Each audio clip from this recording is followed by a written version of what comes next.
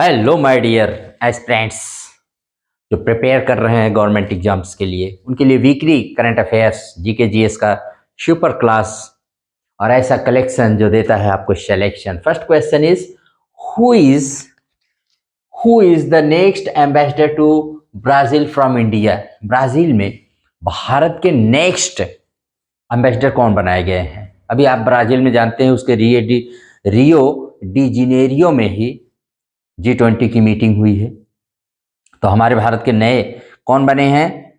तो इसमें ऑप्शन में है दिनेश भाटिया हैं, बी में है ब्रेटन बैक हैं, और बाला सुब्रमणियन है, डॉक्टर जयतीर्थ राघवेंद्र जोशी हैं। इसका राइट आंसर क्या होगा? तो इसका राइट आंसर है दिनेश भाटिया। ये हमारे ब्राज़ील में भारत के न्यू एम्बेसडर बनाए गए हैं। और ब्राज़ील जो है दक्षिण अमेरिका का द बिगेस्ट कंट्री है।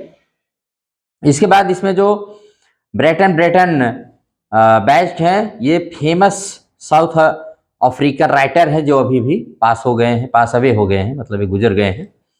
और उसके बाद हैं बाला सुब्रमणियन जो है ये हाई कमिश्नर बनाए गए हैं इंडिया के मालदीव में। मालदीव की राजधानी माले है। और उसके बाद नंबर डी पे जो है डॉक्टर जयतीर्थ राघवेंद्र जोशी, ये ब्रह्मोस एरोस्पेस के चीफ अपॉइंट किए गए हैं। आप जानते हैं कि ब्रह्मोस मिसाइल रूस और इंडिया मिलकर के डेवलप कर रहे हैं और इसको अब एक्सपोर्ट भी करने लगे हैं। ठीक है, फिलीपींस को भी किया है, जानते रहिए। उसके बाद नेक्स्ट क्वेश्चन है नाडा बैंड व्हिच प्लेयर रिसेंटली। अभी वही नाडा ने किस प्लेयर को बैन कर दिया है? 4 ईयर्स के लिए बैन किया है। तो कौन से? इसमें वैभव सूर्यवंशी, ऋषभ पंत और बजरंग पुनिया, और डी में है नन। तो राइट आंसर इसका है बजरंग पुनिया को 4 साल के लिए नाडा ने बैन कर दिया। नाडा का फुल फॉर्म होता है नेशनल एंटी डोपिंग एजेंसी। ये एंटी डोपिंग मतलब जो ऐसी प्रतिबंधित दवाएं होती हैं जो प्लेयर ले लेते हैं उसकी जांच करती है। तो इसको आप जानते रहिएगा, नेशनल एंटी डोपिंग एजेंसी, जिसकी स्थापना 24 नवंबर 2005 को की गई थी, जिसका हेडक्वार्टर दिल्ली में है। और इसके जो डीजी हैं, डायरेक्टर जनरल महानिदेशक, आशीष भार्गवा है। और इसने 4 साल के लिए जो हमारे रेसलर हैं बजरंग पुनिया को बैन कर दिया है। नासा ये नेशनल लेवल की है, इसका रीजन, इसका एरिया भारत में ही है। लेकिन वाडा जो है वर्ल्ड एंटी डोपिंग एजेंसी जो है, जिसका हेडक्वार्टर कहाँ है? मॉन्ट्रियल कनाडा में है। वो पूरे वर्ल्ड लेवल पर माने एंटी डोपिंग के खिलाफ काम करती है। ठीक है, ताकि फेयर गेम हो सके। गेम में भी लोग गेम करते हैं, तो फेयर गेम के लिए इन सब की स्थापना की गई। और इसके बाद है वैभव सूर्यवंशी, आईपीएल के सबसे युवा खिलाड़ी हैं, जो भी 13 साल के ही हैं। और राजस्थान रॉयल्स ने इनको अरब मनी के उसमें खरीदा है, इनको खरीद लिया सबसे आईपीएल 2025 के मेगा ऑक्शन में। ठीक है, तो इनको याद रखिएगा, ये खरीदे गए हैं राजस्थान रॉयल्स के द्वारा। वैभव सूर्यवंशी सबसे युवा खिलाड़ी बने, 13 साल के, महज 13 साल के ही हैं। और ऋषभ पंत जो हैं, ये जो है सबसे महंगे खिलाड़ी बिके हैं आईपीएल में। ये भी आप रिमेंबर रखिएगा, Rishabh Pant the most expensive player of IPL by Lucknow Super Giants के द्वारा इनको खरीदा गया है। याद रखिएगा, वेरी वेरी इंपॉर्टेंट है। और जो ये वैभव सूर्यवंशी है 1.10 करोड़ में, ये जो सऊदी अरब के जेद्दा में अभी 2025 का मेगा ऑक्शन हुआ है, क्योंकि आईपीएल में हर 3 साल बाद एक मेगा ऑक्शन आयोजित किया जाता है, तो उसमें इन सबके माने 182 प्लेयर्स की इसमें ऑक्शन किया गया, नीलामी लगी, बोली लगी और सब खरीदे गए। इसको आप रिमेंबर रखिएगा। नेक्स्ट है इसमें question number 3, who launch the teacher app. अभी टीचर ऐप को किसने लॉन्च किया है? तो धर्मेंद्र प्रधान और शिवराज सिंह चौहान, बोथ नन, दोनों ने या किसी ने। तो राइट आंसर धर्मेंद्र प्रधान, जो हमारे देश के एजुकेशन मिनिस्टर हैं, उन्होंने द टीचर ऐप किया है। टीचर ऐप को माने टीचर्स को मोस्ट एडवांस्ड और स्किल बनाने के लिए इस ऐप को लॉन्च किया गया है। तो इसको और इसमें जो दूसरा नाम है शिवराज सिंह चौहान, जो हमारे देश के फार्मर मिनिस्टर हैं, किसान मंत्री हैं, फार्मर एंड वेलफेयर मिनिस्टर हैं। उन्होंने अभी नई चेतना, पहल व बदलाव, नई चेतना पहल बदलाव का 3.0 का किया है लॉन्च। इसको भी आप अच्छे से जानते रहिएगा। और धर्मेंद्र प्रधान जी ने टीचर्स को कर्मयोगी बताया है। और हाँ, द टीचर ऐप जो है ये भारतीय एयरटेल फाउंडेशन के द्वारा डेवलप किया गया है। Remember it also. Next question is, Ustad Bismillah Khan Yuva Puraskar was given to how many artist. अभी कितने सारे आर्टिस्ट को ये दिया गया? तो राइट आंसर इसमें होगा, ए में है 50, बी में है 82, सी में है 60 और डी में है 70। राइट आंसर है 82। 82 को दिया गया है, 82 लोगों को दिया गया है। किस लिए? 2022 और 23 के लिए, 2 साल के लिए ये है। 22 संगीत नाटक अकेदमी के द्वारा इन न्यू दिल्ली। और इस पुरस्कार की जो स्टार्टिंग हुई देने की, वो 2006 से दिए जा रहे हैं। Given artist in the fields of music, dance and drama, इन क्षेत्र में दिया जाता है ये। इसकी एज क्या है कि 40 साल के ऊपर वालों को नहीं दिया जाता, बस 40 साल के जो आर्टिस्ट होते हैं उन्हीं को दिया जाता है। और प्राइज मनी इसमें 25,000 रुपीज प्लस ताम्रपत्र दिया जाता है। Once given then never will be, अगर एक बार ये पुरस्कार किसी को मिल गया तो सेकेंड टाइम नहीं मिलता है। इन ए ईयर, एक साल में सिर्फ मैक्सिमम 33 लोग, 33% को ही, प्लेयर्स को या आर्टिस्ट को ये दिया जा सकता है। प्लेयर्स को स्पेशली, जो आर्टिस्ट होते हैं। और बिस्मिल्लाह खां के बारे में जान लीजिए, तो इनका जन्म 21 मार्च 1916 को डुमराव बिहार में हुआ था और मृत्यु 21 अगस्त 2006 को हुई थी। इनको भारत रत्न मिला था 2001 के लिए।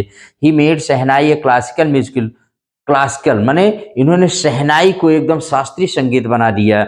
और he played the shehnai on the eve of India's independence, 1947 में लाल किले पर इन्होंने ही भारत की स्वतंत्रता का स्वागत शहनाई बजाकर किया था।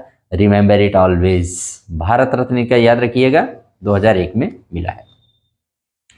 And next question is, who is the new CM of Jharkhand. Jharkhand के नए सीएम कौन बने हैं? तो ए में है, yes here, Babulal Marandi, Arjun Munda, Shibu Soren, Hemant Soren. Right answer है हेमंत सोरेन। तो अभी झारखंड और महाराष्ट्र में चुनाव हुआ है, तो झारखंड में इंडिया गठबंधन को जीत मिली है, जबकि महाराष्ट्र में महायुति गठबंधन जो था उसको जीत मिली हुई है। तो हेमंत सोरेन ये चौथी बार, पहली बार है, माने चौथे बार ये वहाँ के चीफ मिनिस्टर बने हैं। इनके पिता शिबू सोरेन का रिकॉर्ड, उन्होंने अपने पिता का रिकॉर्ड, क्योंकि 3 बार वहाँ के सीएम बन चुके हैं। और वहाँ के फर्स्ट सीएम जो थे बाबूलाल मरांडी थे, और सेकेंड 2 अर्जुन मुंडा थे। तो इसको भी रिमेंबर रखिएगा। झारखंड की स्थापना 15 नवंबर 2000 को हुई थी और जिसकी राजधानी रांची है। और ये बिहार से अलग करके ये स्टेट बनाया गया था। और ये 14वें सीएम बने हैं। अगर व्यक्ति के रूप में देखा जाए, 14वें सीएम के रूप में ये वहाँ पर हैं और चौथी बार ये बने हैं। इसको भी, हाँ, इनकी पार्टी का नाम है झारखंड मुक्ति मोर्चा, JMM। और इसने वहाँ पर कुल असेंबली सीट्स जो हैं वो 81 हैं, जिनमें से इंडिया ब्लॉक ने कितना जीता है? 56 माने सीट, 56 सीट्स को जीता है। वहाँ के गवर्नर संतोष कुमार गंगवार हैं और कैपिटल मैंने बताया रांची है। ठीक, नेक्स्ट क्वेश्चन इज, हाँ, where was the 10th India International Science Festival 2024 be held. कहाँ पर अभी ये 10वां भारतीय अंतर्राष्ट्रीय साइंस त्यौहार जो होता है वो कहाँ पर अभी हेल्ड किया गया? तो इसका देखिएगा, IIT दिल्ली, ठीक है। इसका ऑप्शन देख लीजिए, IIT Guwahati, IIT Delhi, both या नन। तो इसका राइट आंसर है IIT गुवाहाटी। गुवाहाटी जानते हैं आसाम में है, और ये पहली बार है, first time in north eastern India में ये इसको हेल्ड किया जा रहा है, वहाँ पर ऑर्गेनाइज किया जा रहा है। और इसका जो 9th एडिशन था वो फरीदाबाद हरियाणा में किया गया था 2023 में, और 10वां आपको जानते हैं IIT गुवाहाटी में हो रहा है। और इसकी 2024 की जो थीम है इंडिया इंटरनेशनल साइंस फेस्टिवल की, वो है transforming India into an science and technology driven global manufacturing hub. ठीक है। और पहला जो IISF का हुआ था वो 2015 में इन IIT दिल्ली में हुआ था। इसका ऑर्गेनाइजर है union Ministry of science and technology and ministry of earth science in association with विज्ञान भारती। विज्ञान भारती के बारे में जान लीजिए। विज्ञान भारती जो होता है ये works for the development of स्वदेशी साइंस इन कंट्री। स्वदेशी साइंस हमारे देश में क्या है उसको बढ़ावा देने के लिए विज्ञान भारती की स्थापना 1991 में नागपुर में की गई थी और इसका हेडक्वार्टर नई दिल्ली में है। और IISF क्या है? India International Science festival. जान लीजिए IISF is the largest science event in the country engaging the general public and the scientific community. Bharat में साइंस को बढ़ावा देने के लिए, साइंस के प्रति, साइंस स्टूडेंट हो, जनरल पब्लिक हो, कोई भी विदेशी यहाँ तक कि इसमें भाग लेते हैं और बहुत ही बड़ा होता है। साल भर में एक बार इसका आयोजन ईयरली किया जाता है। नेक्स्ट है question number 7, where was the 12th International Tourism Mart held. अभी 12वां इंटरनेशनल टूरिज्म मार्ट कहाँ हेल्ड किया गया है? मैंने Kaziranga National Park, Delhi, UP, MP। Right answer है काजीरंगा नेशनल पार्क, असम में। तो IIT जानते रहिए दोनों, 10वां IISF और 12वां इंटरनेशनल टूरिज्म मार्ट, ये दोनों असम में हुए हैं। हाँ, IITM जो है इसका काजीरंगा नेशनल पार्क में हुआ है। कौन इसको ऑर्गेनाइज किया है, किस मिनिस्ट्री ने? तो Union Ministry of Tourism, focused on promoting the North East as tourism destination. आप जानते हैं कि नॉर्थ ईस्ट के जो हमारे 8 राज्य हैं जिनको अष्टलक्ष्मी कहा जाता है, तो उनके ऊपर ये होता है, उन्हीं को ध्यान में रख करके किया जाता है। और गजेंद्र सिंह शेखावत जी ने, जो हमारे union minister for tourism and culture हैं, इन्होंने इसका उद्घाटन किया है।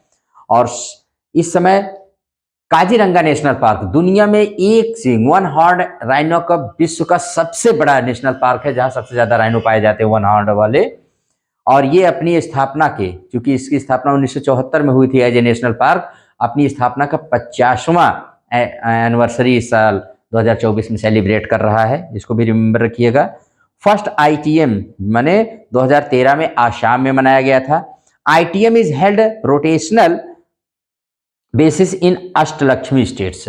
मैंने कहा ये ITM जो है इंटरनेशनल टूरिज्म मार्ट, इसका लक्ष्य है कि जो हमारे 8 पूर्वोत्तर के राज्य हैं जिनको अष्टलक्ष्मी, 7 को तो 7 सिस्टर्स कहा जाता था, लेकिन जब सिक्किम को मिला लीजिए तो 8 हो जाते हैं। तो 8 राज्यों को एक डेस्टिनेशन हब के रूप में, मतलब एक टूरिज्म डेस्टिनेशन हब के रूप में इस्टेब्लिश करने के लिए हमारी सरकार जो है इसका आयोजन करती है। और पहली बार कब हुआ था? 2013 में आसाम में।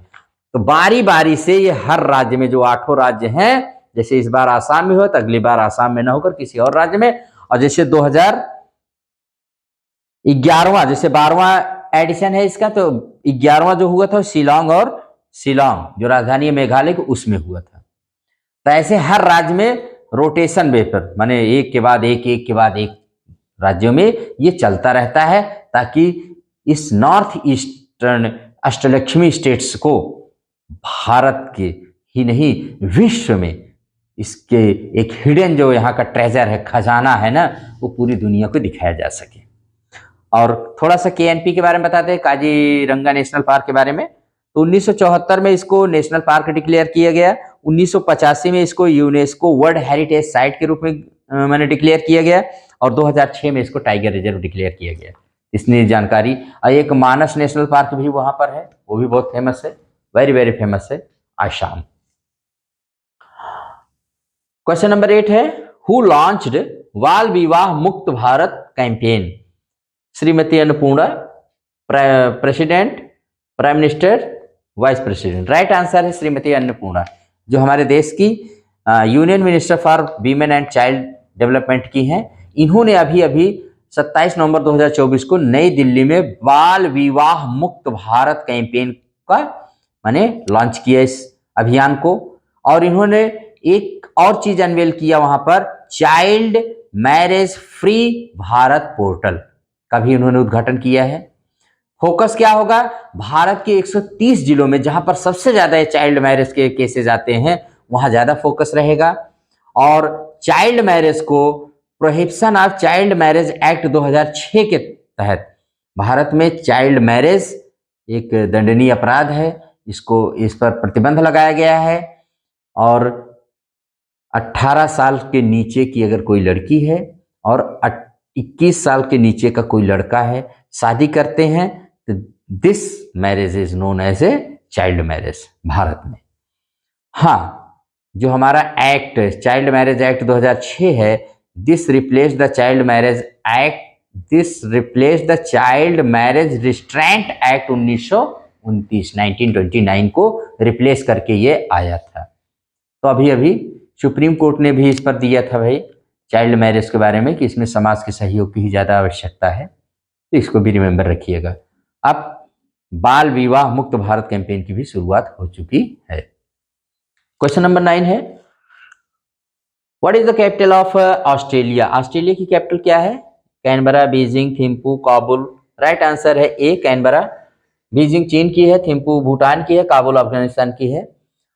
कैप्टन ये क्यों है तो इसको जानते रहिए। यहाँ के जो प्रधानमंत्री एंथोनी अल्बानी, और यहाँ पर अभी ऑस्ट्रेलिया ने एक लॉ पास किया है कि 16 साल के नीचे के जो भी हम बच्चे हैं वो सोशल मीडिया का प्रयोग नहीं कर पाएंगे। ये विश्व का एक पहला देश होगा जिसने इस तरह के कानून को पास किया है, बच्चों को ध्यान में रखते हुए।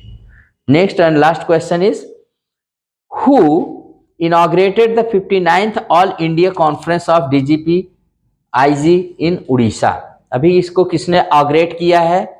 माने director general of police and inspector general, जो भारत की आंतरिक सुरक्षा को लेकर, इंटरनल सिक्योरिटी को लेकर के अभी इसका ये मीटिंग हेल्ड की गई है। All India Conference of DGP and IG in Bhubaneswar of Orissa. इसको किसने इनॉग्रेट किया है? PM, HM, DM, FM. Right answer है होम मिनिस्टर अमित शाह जी ने, लेकिन इसको अटेंड किया है प्रधानमंत्री ने भी, और करीब करीब हर विभाग के कैबिनेट सेक्रेटरी जो हमारी सुरक्षा से जुड़े हुए हैं, अजीत डोभाल जी जो हमारे नेशनल सिक्योरिटी एडवाइजर हैं, और होम मिनिस्ट्री के जो सेक्रेटरी हैं, मैंने बहुत सारे लोगों ने इसको ज्वाइन किया है ताकि भारत की इंटरनल सिक्योरिटी को क्या किया जाए, एनहांस किया जा सके, स्ट्रेंथन किया जा सके। इसको भी आप रिमेंबर रखिएगा। और जो इसका 58th एडिशन हुआ था वो जयपुर राजस्थान में हुआ था, और 59th All India Conference of DGP and IG is held in Orissa Bhubaneswar. Understand? और अब देखते हैं कुछ वन लाइनर्स जल्दी से देख लेते हैं। तो विक्रांत मैसी, वही 12th फेल वाले को Indian film personality of the year का मिला पुरस्कार। और संयुक्त राष्ट्र शांति स्थापना आयोग में भारत को पुनः बनाया गया सदस्य। बंगाल की खाड़ी में उठा चक्रवाती तूफान फैंगल, इससे प्रभावित होने वाले तमिलनाडु, पुडुचेरी एंड उड़ीसा, आंध्रा, ये सब रहे हैं। भारतीय सेना ने खरीदा सबल 20 लॉजिस्टिक ड्रोन, जिनको पूर्वोत्तर में किया जाएगा तैनात वहां पर सुरक्षा के लिए। विजय चंडोक बने एनएसडीएल के नए एमडी व सीईओ। और विदेश में भारतीय महिलाओं की मदद के लिए 9 वन स्टॉप सेंटर बनाए गए।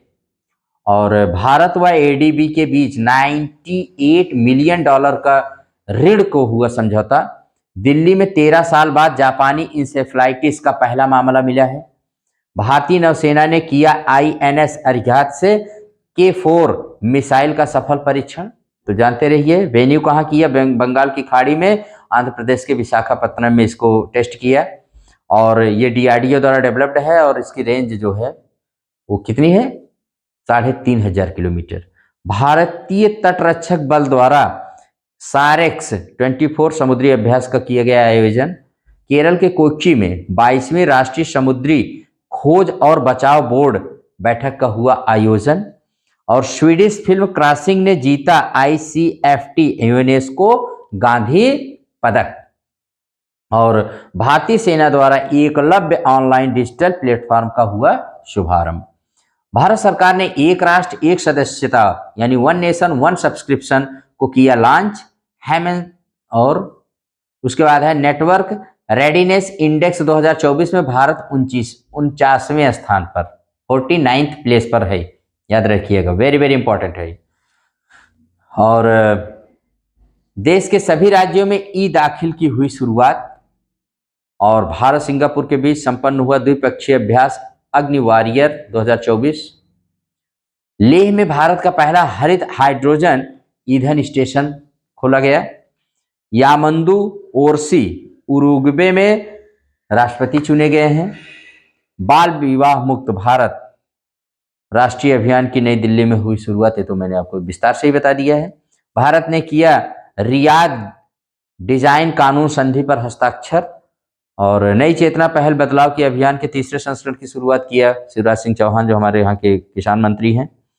और राष्ट्रीय राज्य सहकारी बैंक महासंघ लिमिटेड की स्थापना के 60 वर्ष हुए पूरे।